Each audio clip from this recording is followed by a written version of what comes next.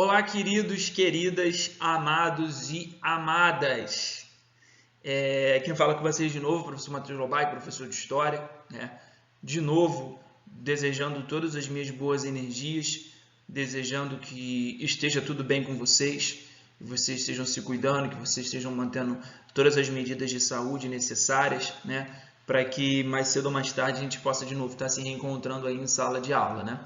Mas hoje a gente dá continuidade ao que a gente estava falando nas nossas últimas aulas sobre a República Oligárquica, né? A gente já falou sobre o auge da República Oligárquica, a industrialização da República Oligárquica, e a gente terminou falando também sobre um contexto de crise nos anos 20, né? A gente chegou falando ali sobre que nos anos 20 houve cada vez mais uma contestação ao poder do presidente da República, né? Na época, o Arthur Bernardes, e a crítica que acontecia a ele era principalmente por causa do movimento tenentista, né? Houve todas aquelas revoltas, 8 do Forte, a Revolta Paulista, a Revolta de Manaus, a Coluna Prestes, e a gente falou inclusive também da questão do modernismo, que tentava formar uma arte genuinamente brasileira. Em 1922 já havia sido formado o Partido Comunista Brasileiro, PCB. Mas enfim, todas essas crises que aconteciam na República Oligárquica deixam claro que o Brasil se tornava cada vez mais um país mais complexo, um país mais difícil de ser administrado. E isso acabou fortalecendo, né, nesse momento, uma ideia de que a República Oligárquica não era mais suficiente para controlar todos os problemas e todas as demandas que o Brasil apresentava naquele momento. Então o Brasil se tornou um país de fato diferente nos anos 20. E aí talvez por isso os cafeicultores de São Paulo e Minas Gerais não conseguiam mais se adaptar a todas as novas realidades dentro do Brasil. E aí, por isso, toda essa crise resultou na Revolução de 1930. A partir da ruptura do Pacto Oligárquico de 1929, Getúlio Vargas conseguiu chegar ao poder em 1930 e inaugurar todo um novo modelo de Brasil que a gente vai ver aqui nessa aula de hoje. Mas antes de mais nada, hoje 25 de junho, a nossa data histórica do dia de hoje é 25 de junho de 1975. É a data da independência de Moçambique. Moçambique conquistou a sua independência em relação a Portugal no dia 25 de junho de 1975. Então, provavelmente lá hoje é feriado, mas eu não tenho muita certeza. Tranquilo? Vamos começar? Vem comigo. Então, a gente estava vendo como o modernismo é aquele movimento que contesta a realidade vigente, principalmente através da crítica ao academicismo, a crítica à submissão aos órgãos internacionais, ou seja, uma defesa de um nacionalismo, de uma arte genuinamente brasileira e não acadêmica.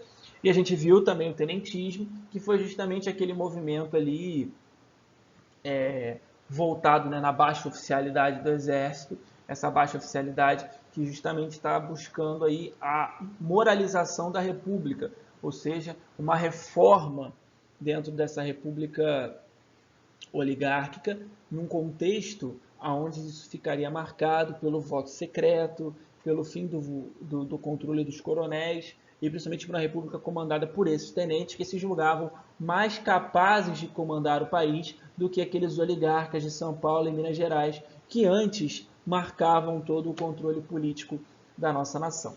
Então essa república oligárquica construída através do poder dos coronéis e através dos grandes barões do café de São Paulo e Minas Gerais, teve um grande processo de transformação em 1930, no que a gente chama de Revolução de 1930, que foi liderada por esse rapaz que aí está na foto ao centro do meio, acendendo seu charuto, no caso, Getúlio Dornelles Vargas. E a gente vai falar hoje como que houve a ruptura da oligarquia de São Paulo e Minas Gerais e a chegada de Getúlio Vargas ao poder no Brasil. Então me acompanha e vamos que vamos.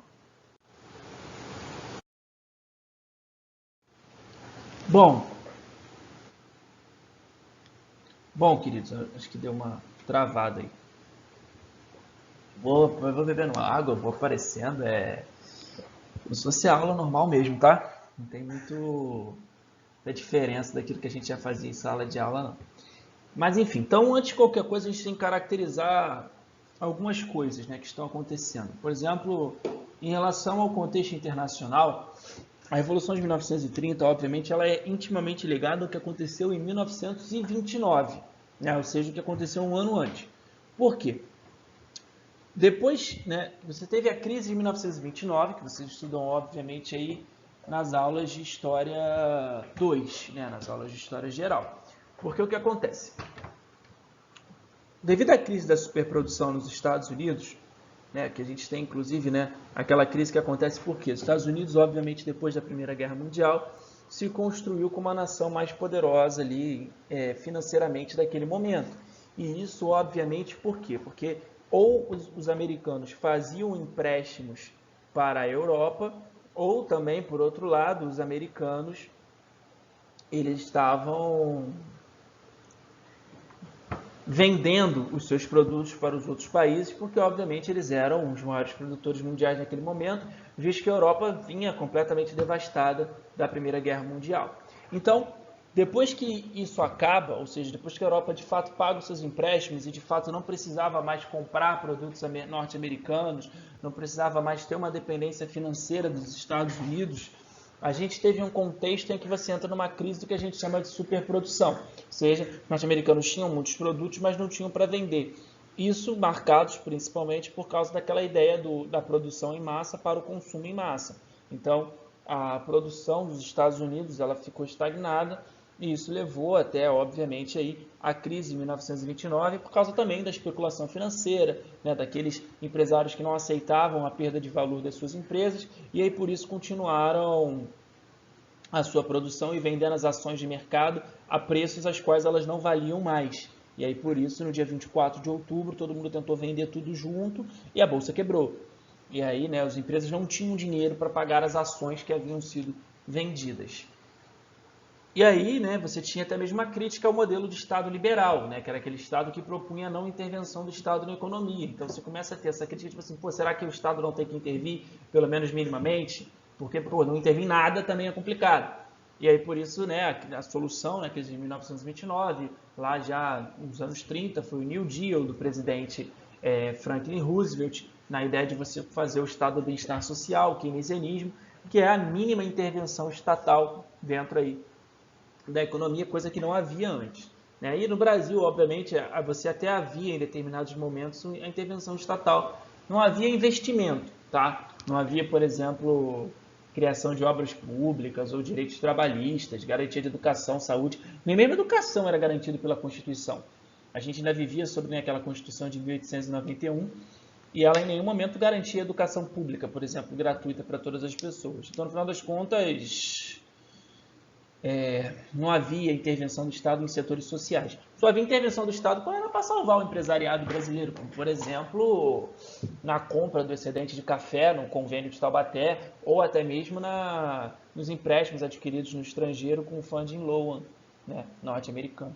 Mas enfim, então a crise de 1929 ela atinge os norte-americanos, não só eles, como toda a Europa, todo mundo. E aqui no Brasil, obviamente, a gente sentiria efeitos a partir disso.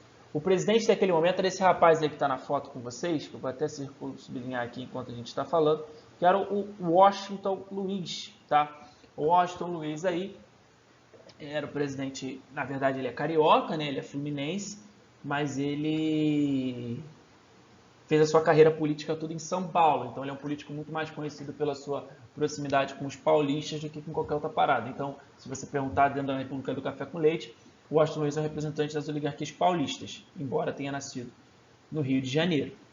Mas o Washington Luiz aí que liderava um processo de crescimento dentro do Brasil. O Brasil não vinha em crise, né? Tanto que tem até a frase muito famosa dele aí, que ficou conhecida como o grande símbolo do seu governo, né? Quando ele dizia que governar é abrir estradas.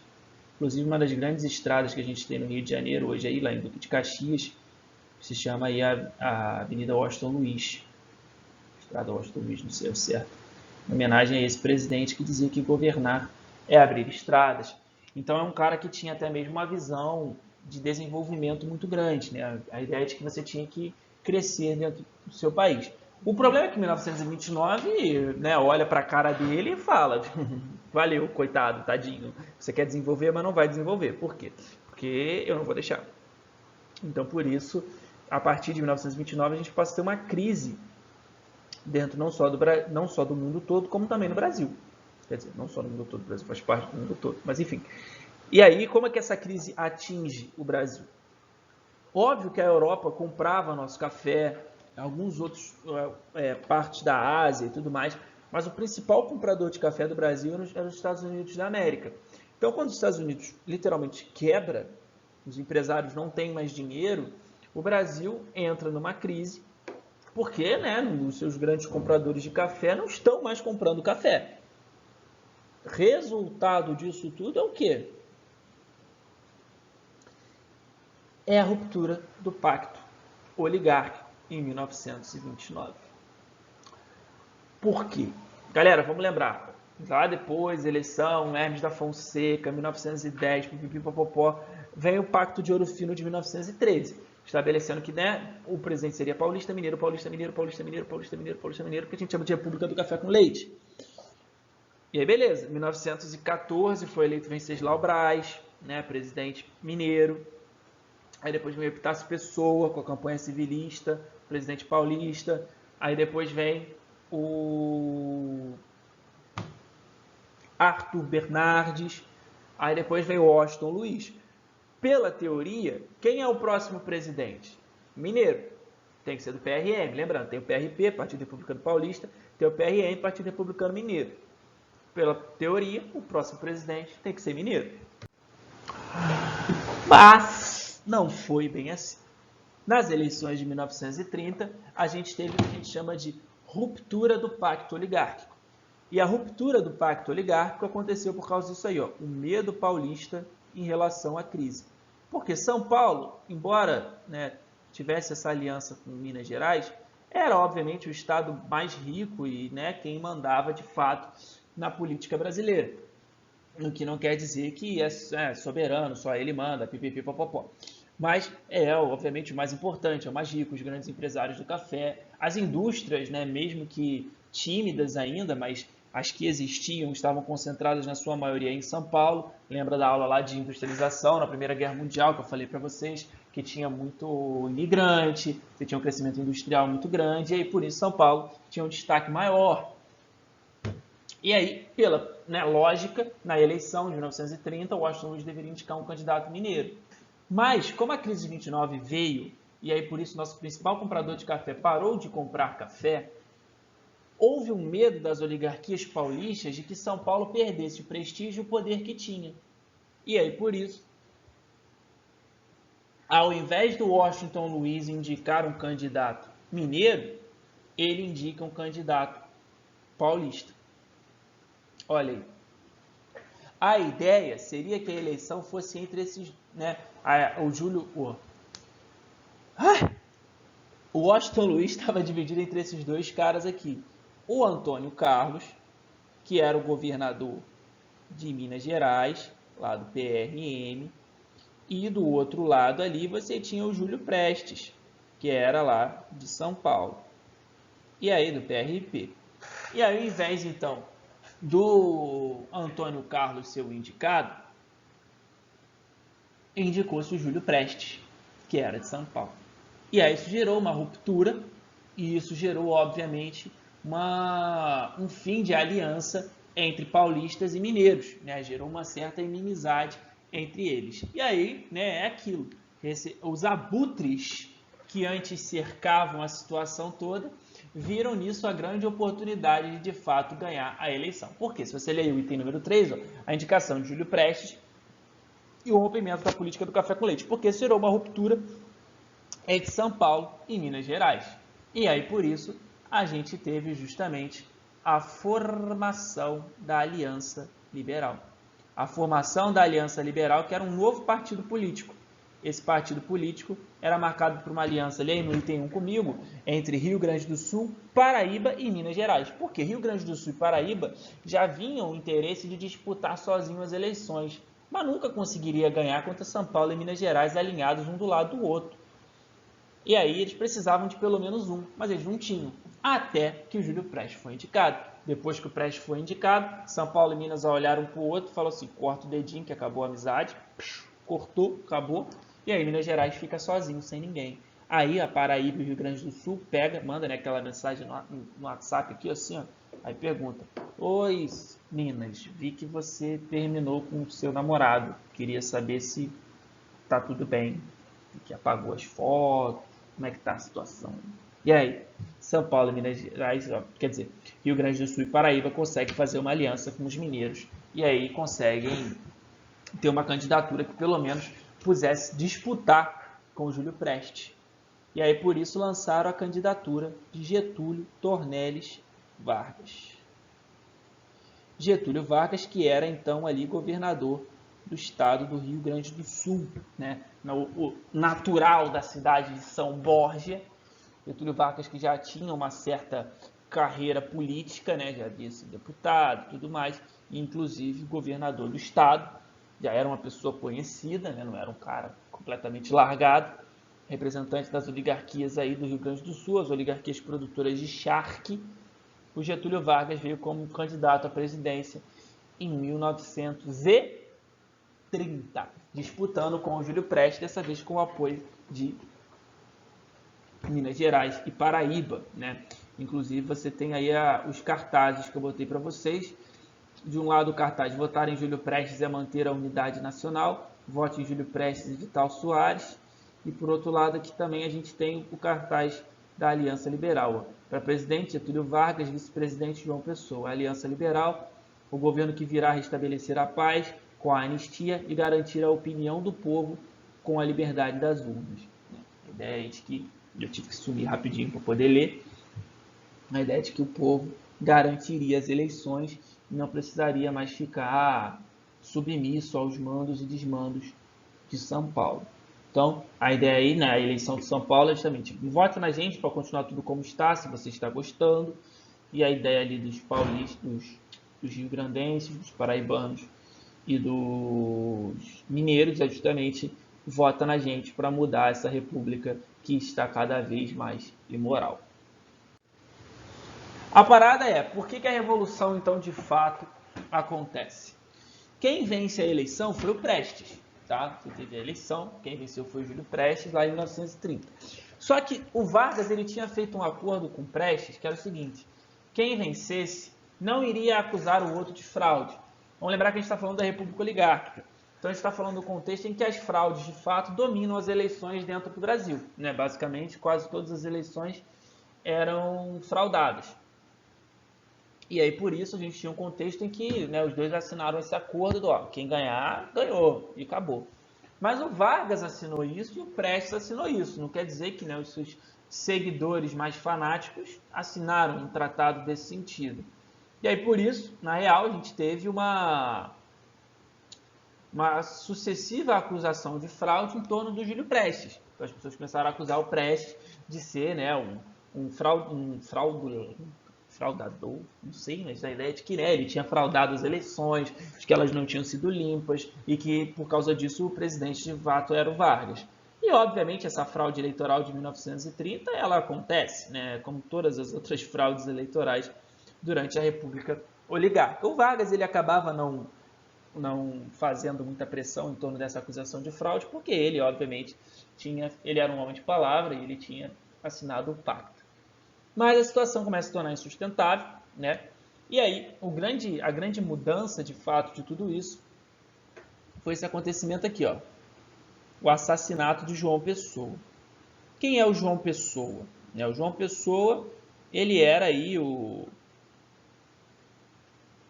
governador da Paraíba, o estado da Paraíba. Ele era governado pelo João Pessoa. Vou falar no final, tem uma curiosidade sobre ele. E aí ele tinha sido chamado para ser vice do Prestes, mas ele, obviamente, ele não quis ser vice do Prestes. E aí ele se propôs a ser vice do Vargas, né, através da Aliança Liberal. E beleza. Só que depois da eleição, João Pessoa foi assassinado. O assassinato não tem nada a ver com as eleições, né? Na verdade, João Pessoa, ele tinha um adversário, um advogado, jornalista, lá da Paraíba, o João Dantas, né? João Dantas, que estava vivendo em Recife, exilado por causa de uns conflitos que ele teve na Paraíba. Só que ele mantinha um romance, digamos assim. Não, digamos não. Ele mantinha, de fato, um romance com a Anaíde. Anaíde, que era uma professora lá do Rio Grande do Sul. Né? Não só do Rio Grande do Sul, a merda que eu estou falando, da Paraíba. A Anaíde, que era aí uma professora, Anaíde Beiris, estava tentando lembrar o nome dela aqui, Anaíde Beiris, que era uma professora lá da Paraíba que tinha um romance com o João Dantas. Eles trocavam cartas, né? E depois que o João Dantas, obviamente, teve que se exilar no Recife, eles ficaram trocando cartas ali num romance à distância. Você sabe que nunca dá certo. Nesse caso aí foi pior ainda. Por quê? Porque aí numa das brigas do João Dantas com o João Pessoa, você teve uma invasão ao escritório do João Pessoa. Inclusive nunca se comprovou, do João Pessoa não, do Dantas. Inclusive nunca se comprovou nenhuma ligação do João Pessoa a isso. Mas a ideia mais comum é que o João Pessoa mandou a polícia invadir o escritório do Dantas para justamente buscar alguma parada que incriminasse ele, alguma parada que mostrasse que ele é corrupto, que ele é ladrão, qualquer parada, e nunca se achou. O que se achou foi as correspondências dele com a Anaíde. E aí essas cartas foram publicadas no jornal, né, as cartas de romance deles, para justamente atacar a moral do cara, tentar fazer ele fazer papel de bobo, de ridículo em público. E funcionou. Não só nesse sentido, como atrapalhou completamente a vida da Anaíde, né? Porque, pô, ela era nova, ela tinha 24 para 25 anos de idade, então uma mulher solteira, jovem, trocar cartas com um homem nesse momento, 1930, não era bem visto, né? Era, na verdade, bem mal visto. E aí, por isso, através desses escândalos aí, a imagem pública dos dois passou a ser, né, extremamente prejudicada. E aí, um belo dia, o João Pessoa estava participando de um comício público lá em Recife, e ele estava dentro da confeitaria, a Confeitaria Glória. E aí, estava lá tomando café, o pingado dele, o João Dantas entrou, deu 2 tiros nele e matou o cara. Matou para aquela ideia de lavar a honra, né? Tipo assim, pô, o cara prejudicou minha honra, prejudicou a minha imagem pública, prejudicou a imagem pública da Anaís, então eu vou matar ele. Ele entrou e matou o João Pessoa. Cara, um pouco depois o João Dantas foi preso, e aí foi encontrado degolado na sua cela. A autópsia diz que foi suicídio, mas há muitas contestações sobre isso. E a Anaíde se suicidou no mesmo ano, né? Inclusive aí por causa, obviamente, das acusações, né, sobre ela, sobre a sua moral, sobre a sua conduta, e principalmente depois do assassinato do João Pessoa. E aí, depois de suas, né, o João Dantas morre, a Anaíde morre e tudo mais, mas a parada mesmo foi o assassinato. Uma pena, né? Felizmente, acho que a maior vítima de tudo isso foi a Anaíde, porque, né, a pessoa só trocando carta com o cara e acabou se enfiando num balaio que levou ela até a morte, infelizmente. Mas enfim, e aí o movimento armado teve início logo depois disso. Por quê? Porque, embora não tivesse nada a ver com as eleições, publicamente se começou a vincular que quem tinha mandado matar o João Pessoa foi o Prestes, que o João Pessoa denunciava a fraude, ele dizia que as eleições tinham sido compradas. E aí, por isso, o Prestes mandou matar ele. E aí a oposição se valeu disso para justamente inflamar a população contra o Júlio Prestes e também para inflamar os tenentes. Né? Lembra dos tenentes, do movimento tenentista? O Vargas queria o apoio deles, porque justamente eles tinham feito lá a Coluna Prestes, a Revolta Paulista 24, a Revolta 18 Forte. E aí isso inflama os tenentes e inflama a população. E aí o Vargas começou um movimento armado no Rio Grande do Sul. Juntamente com a ajuda dos tenentes, eles começaram a tomar os quartéis da cidade, né, alguns participantes aí muito famosos, como por exemplo Oswaldo Aranha, eles começaram a tomar os quartéis do Rio Grande do Sul e fazer uma caminhada até o Rio de Janeiro, né, na época abrigava a capital federal, para tomar o poder. E aí os tenentes, juntamente com Vargas, foram aí caminhando até a cidade, não caminhando, não a pé literalmente, mas tomando os quartéis e indo devagar até chegar no Rio de Janeiro. O Prestes até tentou, junto com o Aston Luiz, ver se eles tinham tropas o suficiente para resistir. Quando eles viram que não tinham, meteram o pé, se exilaram, fugiram do Brasil, e o governo ficou sem ninguém. Aí a Câmara dos Deputados entregou o poder para Getúlio Vargas, do que a gente chama aí do seu governo provisório. E aí, meus amigos, depois que o Prestes foge, o Vargas vira presidente do Brasil provisoriamente. Qual era a missão? Aí eu dou o spoiler. Qual era a missão do Vargas? Era assumir o Brasil de forma provisória e fazer uma nova Constituição para que tivesse novas eleições e o presidente legitimamente eleito ficasse. Então a ideia seria que o Vargas deveria ficar no máximo 2 anos no poder. Ele ficou 15. Desses 15, 4 de forma provisória, mais 3 de forma constitucional e outros 8 de forma ditatorial, ou seja, autoritária, ditadura mesmo, né? Ditadura, o Estado Novo era a ditadura do Getúlio Vargas. Então, o cara governou aí glorioso durante 15 anos, entre 1930 e 1945. Isso é sensacional na figura do Vargas, né? O cara assumiu para governar provisoriamente, fazer uma nova Constituição. Ele governou 15 anos e ele fez 2 constituições nesse meio tempo.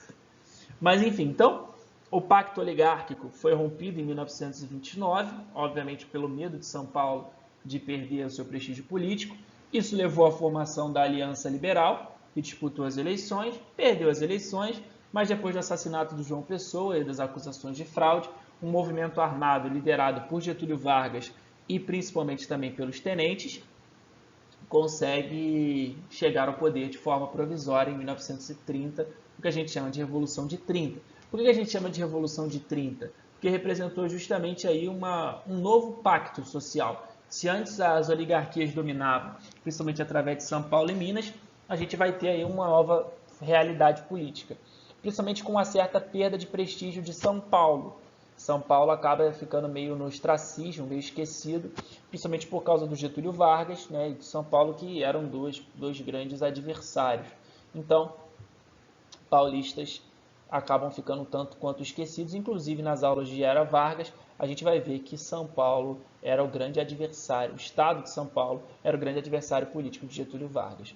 Uma curiosidade, Júlio Prestes não participa, né, Luiz Carlos Prestes, que foi aí o líder da coluna Prestes em 1930, ele não participou, 1927, né, se exilou, a gente falou, na Argentina, ele não participou da Revolução de 30 porque ele considerava o Vargas naquele momento. Depois eles vão ter outros. A história do Luiz Carlos Prestes e do Vargas não acaba aqui, ainda tem muita coisa, muita mesmo, envolvendo desde assassinato de esposa até apoio em eleições. Mas nesse momento aqui eles eram inimigos, o Prestes dizia que o Vargas era o mesmo oligarca do que São Paulo e Minas e ele não poderia apoiar isso. Mas enfim, terminando aí de fato com uma frase do Getúlio Vargas, né? Para todos aqueles que desejam fazer uma revolução um dia nas suas vidas, quem não aguenta o trote não monta um burro. Então, seu Vargas dizia que para se fazer uma revolução desse tamanho e tirar todo o prestígio político de São Paulo, era necessário alguém que tivesse brio, tivesse vontade para fazer isso. Alguém que de fato aguentasse o trote do burro. E né, o Vargas era essa pessoa, sempre foi. Por isso que ele era aí, foi uma das figuras políticas, talvez a figura política mais importante da história do Brasil. Porque ele aguentava o trote. Então ele montava o burro, fazia o que era para fazer. Então, o grande líder dessa Revolução de 1930, que derruba as oligarquias de São Paulo e Minas Gerais. A gente vai falar dele a partir da nossa próxima aula e eu te garanto que o cara é grandão na política brasileira, propõe as transformações gigantescas que até hoje a gente não vê acontecendo. Por último, essa curiosidade que eu trouxe aí para vocês, que é o seguinte: o João Pessoa, ele, na época, quando ele foi convidado para ser o vice do Júlio Prestes, ele mandou esse telegrama aí, ó, para o Júlio Prestes, ó. Paraíba, 27 de julho de 1929.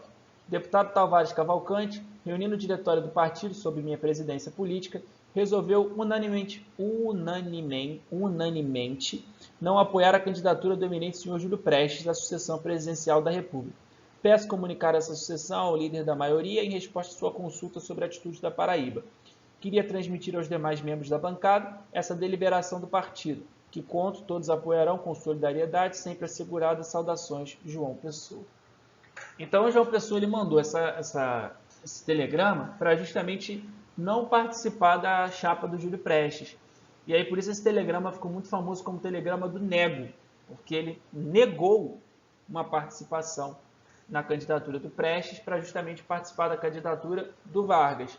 Então, por isso, o telegrama do nego fica muito famoso na história da Bahia. E aí, inclusive, por causa disso, a cidade da Paraíba, que era a capital do estado naquela época, no mesmo ano, no final daquele ano de 1930, o nome da capital era Cidade da Paraíba, mas o Paraíba era escrito com H e Y, Paraíba. E aí, a cidade da Paraíba teve o seu nome alterado e a capital até hoje não se chama mais cidade da Paraíba, se chama João Pessoa, em homenagem, obviamente, aí ao governador que morreu. E, obviamente, isso foi feito já durante o governo Vargas, que considerava necessário homenagear o antigo aliado. E aí também, em homenagem a isso, a bandeira da Paraíba recebe até hoje, se você olhar aí a imagem, o luto, né, na esquerda ali, em preto, e o nome Nego, né, em homenagem aí ao telegrama do Nego. Então a bandeira da Bahia faz uma homenagem aos baianos, ó. A bandeira da Paraíba faz uma homenagem aos paraibanos como numa ideia de um povo revolucionário e que não se submete. E quando precisa negar alguma coisa e fazer a sua posição valer, faz isso. Então por isso a bandeira tem aí o Nego e aí o telegrama, para vocês poderem entender também por que dessa importância toda. Tranquilo, queridos? Então, espero que tenha ajudado vocês, que tenha sido útil de alguma forma essa aula e que a gente se veja nas nossas próximas vezes, tá bom? Beijão. Tchau.